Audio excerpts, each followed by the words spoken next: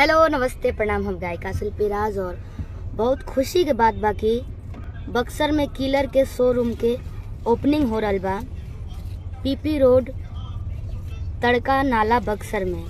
तो आप सब जरूर सेवा के मौका दी।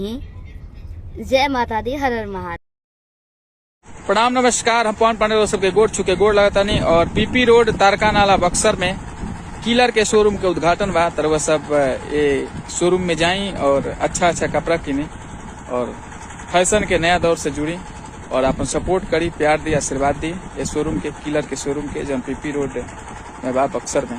तर वह सब सपोर्ट करी। नमस्कार, प्रणाम, जय माता दी। नमस्ते, प्रणाम। और बहुत खुशी की बात है कि किलर का शोरूम का ओपनिंग हो रहा है पीपी तड़का नाला रोड बक्सर।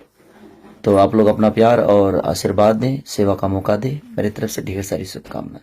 Thank you.